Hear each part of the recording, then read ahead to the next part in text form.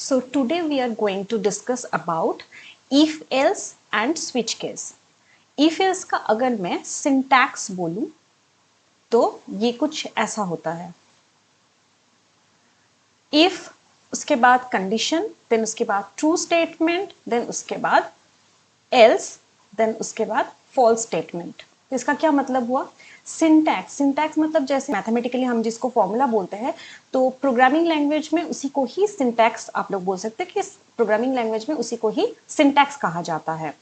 तो यहाँ पे इफ के बाद का जो ये स्पेस है, तो यहाँ पे पॉजिटिवली हम लोगों को कंडीशन लिखना पड़ेगा, और कंडीशन के ठीक बाद जो ये वाला जो स्पेस है, ये वाला जो ब्लॉक है, वो मेरा इफ का अगर ट्रू स्टेटमेंट है, मतलब इफ का कंडीशन यदि ट्रू होगा तो ये वाला इसके अंदर जो भी लिखा हुआ स्टेटमेंट होगा वो एग्जीक्यूट करेगा। और अगर कंडीशन जो है वो यदि फॉल्स होता है तो ये वाला कंडीशन, जो ट्रू वाला कंडीशन, ऑब्वियसली ये वाला काम नहीं करेगा, तो फिर एल्स वाला पार्ट एक्टिव हो जाएगा। तो इसके बाद एल्स के बाद जो फॉल्स स्टेटमेंट वाला जो पोर्शन है, ये वाला फिर एक्टिव हो जाएगा और ये इसका काम होने लग जाएगा। फिर इसमें जो स्टेटमेंट लिखा हुआ रहेगा उसका काम होगा। अगर मैं स्विच केस का ऐसे ही बताऊं, सिंटैक्स, स्विच सिंटैक्स कैसे होता है, जैसे स्विच ये वाला कीवर्ड है, मतलब इसको ऐसे ही लिखना है, एस कैपिटल में नहीं लिख सकते। यहाँ पे भी इफ एल्स में भी मैं बता दूं कि इफ को हम लोग कभी भी कैपिटल में नहीं लिख सकते, स्विच को भी हम लोग को पूरा एंटायरली स्मॉल लेटर में लिखना पड़ेगा, कैपिटल में कोई भी लेटर को नहीं लिख सकते, एस को तो नहीं लिख सकते, किसी भी लेटर को नहीं लिख सकते। तो उसके बाद है ये वेरिएबल नेम है। तो इस वेरिएबल नेम के अंदर, मतलब इस वेरिएबल के अंदर जो वैल्यू रहेगा उसके साथ केस 1 या केस 2, केस के बाद जो भी लिखा हुआ रहेगा, जो कुछ भी लिखा हुआ रहेगा उसका इक्वालिटी चेकिंग होगा। तो बेसिकली CH के अंदर अगर 1 स्टोर है ऑलरेडी, तो फिर इक्वालिटी चेकिंग जब होगा तो केस 1 तो ये वाला एक्टिव हो जाएगा, ये वाला पार्ट एक्टिव हो जाएगा। ठीक है, स्टेटमेंट 1, स्टेटमेंट यहाँ पे अगर मैं 1 बोलूँ तो ये वाला एक्टिव हो जाएगा। उसके बाद ब्रेक करके ये स्विच केस के बाहर निकल के आ जाएगा। इसके बाद है केस 2, अगर CH का वैल्यू अभी जैसे 2 है, तो फिर यहाँ पे जब 1 के साथ, केस 1 के साथ इक्वलिटी चेकिंग होगा तो ये फिर फॉल्स हो जाएगा, क्योंकि ये इक्वल नहीं है। उसके बाद जब 2 के साथ इक्वलिटी चेकिंग होगा तो यहाँ पे फिर ये काम करने लग जाएगा, और यहाँ पे स्टेटमेंट 2 अगर मैं इसको मानूं तो ये वाला एक्टिव हो जाएगा और ये वाला पार्ट काम करने लग जाएगा, फिर ब्रेक होके बाहर निकल के आ जाएगा। और अगर केस 1 और 2 ये दोनों ही एक्टिव नहीं हुआ, मतलब ये दोनों ही काम नहीं किया, मान लीजिए अगर CH का वैल्यू है 3, 4, 5, 6, अगर CH का वैल्यू कुछ भी है, केस 1 और केस 2 को छोड़ के CH का वैल्यू कुछ भी है, तो यहाँ पे फिर वो डिफॉल्ट में आ जाएगा, तो ये डिफॉल्ट वाला एक्टिव हो जाएगा। तो डिफॉल्ट के बाद जो स्टेटमेंट है, अगर मान लेते हैं इसको स्टेटमेंट 3, तो ये वाला एक्टिव हो जाएगा। अब हम लोग देखते हैं इफ एल्स कितना टाइप का हो सकता है। जैसे ओनली इफ बोल के कंसेप्ट है, तो वहां पे सिर्फ इफ का ही काम है। जैसे ओनली इफ में सिंटैक्स ये होता है कि इफ के बाद कंडीशन होता है, तो अगर कंडीशन फुलफिल होगा तो ही उसके नीचे वाला जो स्टेटमेंट है वो एग्जीक्यूट होगा, अदरवाइज कुछ भी एग्जीक्यूट नहीं होगा। इसके बाद है इफ एल्स, तो उसका सिंटैक्स है जैसे कि मैंने अभी बताया, इफ उसके बाद कंडीशन, देन उसके बाद ट्रू स्टेटमेंट, देन एल्स, उसके बाद फॉल्स स्टेटमेंट। इसके बाद है एल्सिफ लैडर।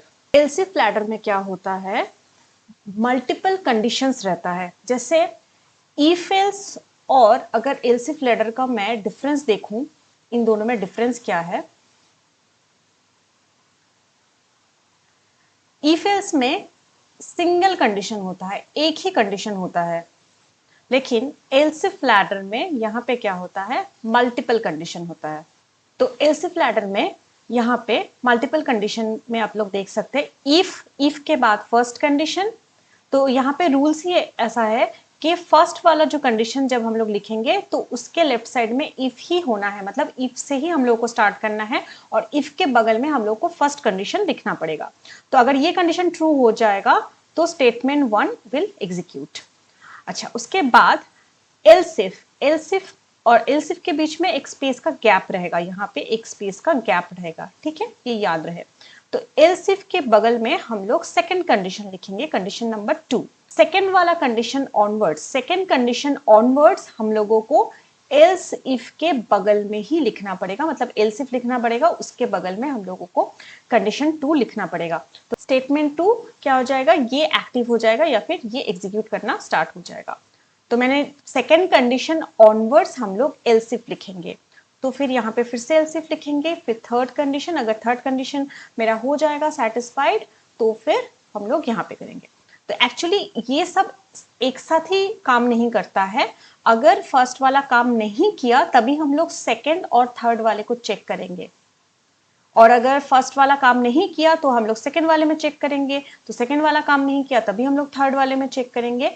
इनमें से कोई भी एक स्टेटमेंट एक्टिव होगा, इनमें से कोई एक कंडीशन एक्टिव होगा, और हम लोग सबसे नीचे इसको फिनिश करने के लिए चाहे तो लास्ट में एल्स इफ भी डाल सकते हैं और चाहे हम लोग एल्स भी डाल सकते हैं, उसके नीचे हम लोग स्टेटमेंट कुछ भी मतलब उसके अकॉर्डिंगली स्टेटमेंट लिख सकते हैं। जैसे कि यहाँ पे हम लोग देख सकते हैं, क्वेश्चन है accept an age from the user and check whether he और she is eligible for vote और नॉट। तो यहाँ पे हम लोग यूजर से एज ले रहे हैं, एंटर योर एज, और वो एज स्टोर हो रहा है ए में, ए बोल के जो वेरिएबल है उसमें, और फिर फर्दर हम लोग चेक कर रहे हैं whether the value of a is greater than equal to 18 और नॉट, क्योंकि हम लोग को पता है कि एक इंसान 18 और 18 प्लस मतलब जब उसका एज हो जाता है तो वो वोट के लिए एलिजिबल हो जाता है। तो इसके एग्जीक्यूशन देख लेते हैं।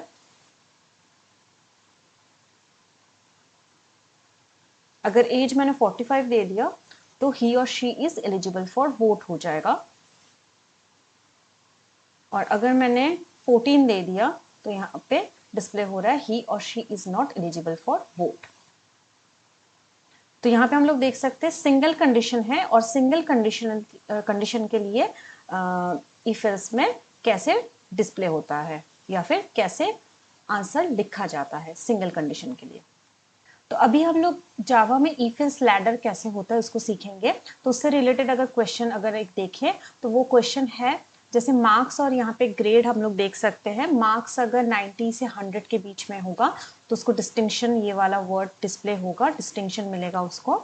और 80 से लेके 89 के बीच में अगर किसी को मार्क्स मिलता है तो उसको एक्सेलेंट मिलेगा, और किसी को 70 से लेके 79 तक का अगर किसी को नंबर मिलता है तो उसको वेरी गुड मिलेगा। तो यहाँ पे मार्क्स जो है, मार्क्स यहाँ पे देखिए, यहाँ पे 90 अबव से लेके यहाँ पे बीच में क्या दिया हुआ है, एंड लॉजिकल एंड हम लोग यहाँ पे यूज कर रहे हैं, मतलब 90 या 90 से ज्यादा, 100 या 100 से कम, तो उसको डिस्टिंक्शन मिलेगा। तो जैसे हम लोगों को पता है कि अगर मुझे सिंगल कंडीशन लिखना है तो मुझे एक ही इफ का यूज करना है, तो अगर मल्टीपल कंडीशन लिखना है तो इफ के बाद जितने भी सारे कंडीशंस लिखना है वो हम लोग को एल्स इफ में लिखना है। तो यहाँ पे marks greater than 80, marks greater than equal to 80, marks lesser than equal to 89 का डिस्प्ले होगा एक्सीलेंट।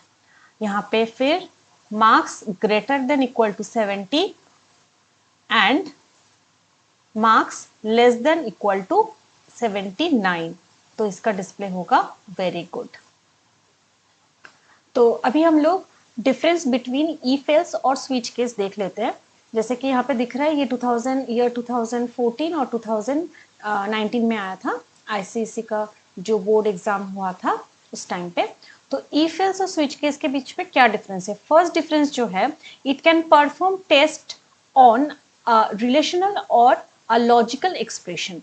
तो रिलेशनल जो भी रहेगा और लॉजिकल जो भी एक्सप्रेशन रहेगा उसके ऊपर काम कर सकता है, like if a lesser than b, या फिर if a lesser than equal to b, या फिर if A greater than equal to b, ऐसे कुछ भी कोई भी रिलेशनल ऑपरेटर के ऊपर काम कर सकता है। Logical expression if A greater than B and A greater than C, तो ये हो गया हम लोग का लॉजिकल एक्सप्रेशन, तो दोनों के ऊपर ही काम कर सकते हैं। लेकिन it in switch case it can only perform test for equality, ये केवल इक्वलिटी चेक कर सकता है और कुछ भी काम नहीं कर सकता है। सिर्फ जो इफ एल्स में होता है इक्वल्स टू जो स्टेटमेंट होता है, like a equal to b, अगर हम लोग को ऐसे चेक करना है तो हम लोग कर सकते हैं। स्विच केस है, स्विच केस में केवल इस टाइप का जो इक्वलिटी चेकिंग है वही परफॉर्म होगा। इफ एल्स में सेकेंड पॉइंट है, it performs test on integers और floating points and characters as well. इसका मतलब है इंटीजर, चाहे वैल्यू इंटीजर में हो, चाहे वैल्यू फ्लोटिंग पॉइंट में हो, चाहे वैल्यू कैरेक्टर्स में हो, ये इफ एल्स सबका ही काम मतलब परफॉर्म कर सकता है, टेस्ट परफॉर्म कर सकता है। एंड स्विच केस का जो सेकंड पॉइंट है वो है it is not applicable for floating points, floating points के ऊपर एप्लीकेबल नहीं होगा। Next question, convert the following if else if construct into switch case. तो यहाँ पे हम लोगों को कन्वर्ट करना है बेसिकली इफ एल्स स्टेटमेंट में जो भी लिखा हुआ है उसको स्विच केस में कन्वर्ट करना है। इसलिए मैंने पहले इफ एल्स और स्विच केस के बारे में डिस्कस कर दिया, एक बेसिक आइडिया दे दिया कि स्विच केस क्या होता है, इफ एल्स क्या होता है। अब हम लोगों को इफ एल्स से स्विच केस में कन्वर्ट करना है। ये आप लोग देख सकते हैं आईसीएससी 2018 में आया हुआ है। तो कन्वर्ट करना मतलब जितना हम लोग को यहाँ पे दिया हुआ है उतना उसके ऊपर ही हम लोग को कन्वर्ट करना है। अपने हिसाब से कुछ भी एडिशनल कुछ भी नहीं लिखना है, बस जितना दिया है उसके ऊपर कन्वर्ट करना है। Switch case can only perform test on equality, ये केवल इक्वलिटी चेक कर सकता है जो इफ एल्स के साथ एक कॉमन फीचर है। तो इस फीचर को ध्यान में रख के हम लोग क्या करेंगे, उसको कन्वर्ट करेंगे। तो इसका आंसर होगा स्विच वैर। स्विच के अंदर ब्रैकेट में वैर इसलिए होगा क्योंकि यहाँ पे वेरिएबल का नाम हम लोग को वैर दिख रहा है इसलिए। देन उसके बाद ये जो ब्रेस है, ब्रेस को ओपन करना ही पड़ेगा, ये मैंडेटरी है। देन उसके बाद केस 1, तो केस 1 हम लोग क्यों लिखेंगे, क्योंकि यहाँ पे फर्स्ट जो मेरा चेक हो रहा है यहाँ पे वैर इक्वल टू 1, इसलिए केस 1। तो केस 1 के बाद हम लोग लिखेंगे ये वाला line, system out dot println good. First वाला जो कंडीशन होता है वो इफ के बगल में होता है। रेस्ट ऑफ द कंडीशन हम लोग को जब हम लोग को लिखना पड़ता है, कंडीशन को लिखने के लिए हम लोगों को एल्स इफ का ही सहारा लेना पड़ता है। मतलब फर्स्ट कंडीशन तो इफ में फिट हो जाएगा, अगर फर्स्ट से ज़्यादा मतलब एक से ज़्यादा अगर हम लोगों को कभी भी कुछ भी कंडीशन लिखना हुआ तो हम लोगों को एल्स इफ का ही हेल्प लेना पड़ेगा, एल्स इफ को ही यूज़ करना पड़ेगा। हम लोग एल्स के बगल में कोई भी कंडीशन नहीं लिख सकते, ये भी एक जानने वाला चीज़ है कि एल्स के बगल में कभी भी हम लोग को कोई भी कंडीशन नहीं लिखना है। तो इसके बाद केस 2, केस 2 के नीचे क्या लिखा हुआ है, system out dot println better. Oh यहाँ पे मैं एक चीज़ भूल गई, यहाँ पे ब्रेक देना है। हर केस को ख़त्म करने के बाद ब्रेक पॉजिटिवली देना ही है। इसके बाद केस 3, तो यहाँ पे एक चीज़ ध्यान में रखना है, केस जैसे स्विच फिर केस, कोई भी यहाँ पे कैपिटल लेटर में कुछ भी नहीं लिखना है। यहाँ पे ये सब कीवर्ड्स है और कीवर्ड्स सब कीवर्ड्स स्मॉल लेटर में है। System out dot println best के बाद लिखना है ब्रेक। तो अब आते हैं एल्स में। तो जैसे कि मैंने कहा एल्स के बाद कोई भी हम लोग कंडीशन नहीं लिख सकते। एल्स एक ऐसा फीचर हो गया कि इसके बाद बगल में हम लोग कोई कंडीशन नहीं लिख सकते। इसका मतलब है रेस्ट ऑफ द जो भी कुछ रहेगा ये कंडीशन के बाहर, तो वो आके एल्स के इधर जाके एक्टिव हो जाएगा, ये यहाँ पे एग्जीक्यूट होने लग जाएगा। तो यहाँ पे सिस्टम आउट डॉट प्रिंटलन के यहाँ पे लिखा हुआ है इनवैलिड। इफ एल्स में जो एल्स है स्विच केस में उसको ही हम लोग डिफॉल्ट बोल सकते हैं। तो हम लोग लिख देंगे डिफॉल्ट और फिर ब्रेस क्लोज कर देंगे। डिफॉल्ट के बाद ब्रेक लिखना कोई ज़रूरी नहीं है क्योंकि वैसे भी उसके बाद ही ब्रेक होने वाला है, टर्मिनेट होने वाला है। If you like my video, then please subscribe my channel. Thank you.